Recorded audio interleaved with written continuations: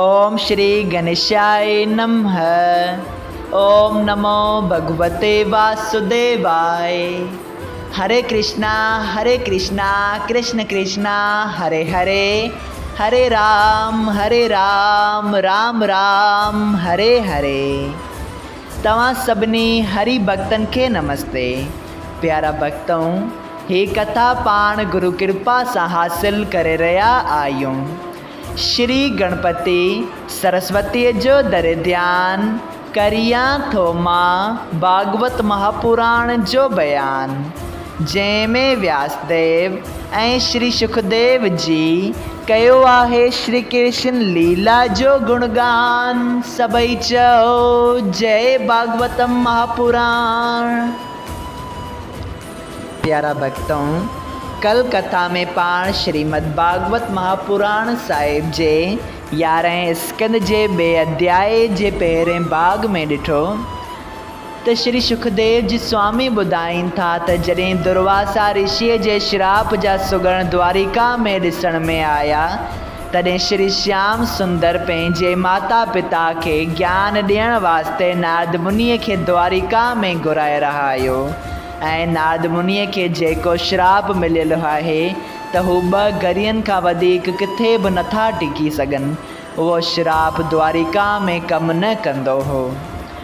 त हिकु भेरे जॾहिं नारद मुनी वीणा वॼाईंदो हरि गुण ॻाईंदो वासुदेव जी वटि पहुतो, तॾहिं वासुदेव जी नारद मुनीअ खे गुज़ारिश कई त कृपया मूंखे ज्ञान उपदेश ॾियो। जंहिं ते देव ऋषि नव जोगेश्वरनि वारो ज्ञान जेको उन्हनि राजा जनक खे ॿुधायो हो सो ॾियणु शुरू कनि था। सभई चओ जय श्री कृष्णा। प्यारा भक्तों, अॼु पाण श्रीमद् भागवत महापुराण साहिब जे 11 स्कंद जे 2 अध्याय जो ॿियो भाग शुरू करे रहिया आहियूं। श्री सुखदेव जी चवनि था त हे राजा जनक जो सवाल ॿुधी उन्हनि 9 जोगेश्वरनि मां कश्यप नाले वॾे भाउ चयो त हे राजा, इहो सुख उन खे मिले थो जो 8 ई पहर पंहिंजो मन आदि पुरुष भॻवान जे ध्यान सुमरण में लॻाए रहे थो। धन ऐं स्त्री ऐं औलाद वग़ैरह त नास थींदड़ शइ सां कुझु बि प्रीत नथो रखे, पर संसारी माण्हुनि जो इहो सुभाउ आहे जो धन ऐं स्त्री ऐं आज्ञाकारी पुटु हुअण ते ईअं सम्झनि था त असां जहिड़ो ॿियो को बि सुखी न हूंदो। पर जॾहिं उन्हनि जो धन नास थियो वञे या घर जो माण्हू मरियो वञे, तॾहिं उन सोच में अहिड़ा त व्याकुल थियो वञनि जो उन्हनि जे चित जो चैन क़ाइमु नथो रहे। तंहिं करे संसारी आदमीअ खां जेको पुछे थो त तूं सुखी आहीं या न, त उन्हनि ॿिन्हीअ खे मूर्ख सम्झणु घुरिजे, छो त जो सुख हमेशा क़ाइमु नथो रहे, तंहिंजो हुअणु या न हुअणु ॿई हिकु जहिड़ा आहिनि। हे राजा, तूं उन ॻाल्हि ते पूरो यकीन कर त जो आदमी परमेश्वर खां बेमुख रही पंहिंजे परलोक जो सोच नथो करे, तंहिंखे कॾहिं बि सुख नथो मिले। प्यारा भक्तों, धर्म उनखे ई सम्झणु घुरिजे जो श्री कृष्ण भॻवान पंहिंजे मुखारविंद सां गीता में अर्जुन खे चई ॿुधायो आहे।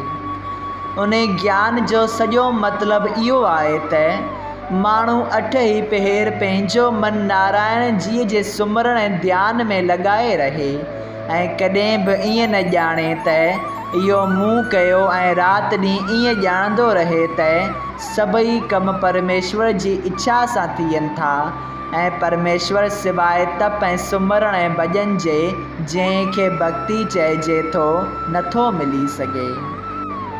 तंहिं करे हे राजा, भॻवान जे भक्ति पैदा थियण वास्ते जा पहिरीं वाट आहे, जा सहज ई तोखे ॿुधायां थो, ध्यान ॾेई ॿुध।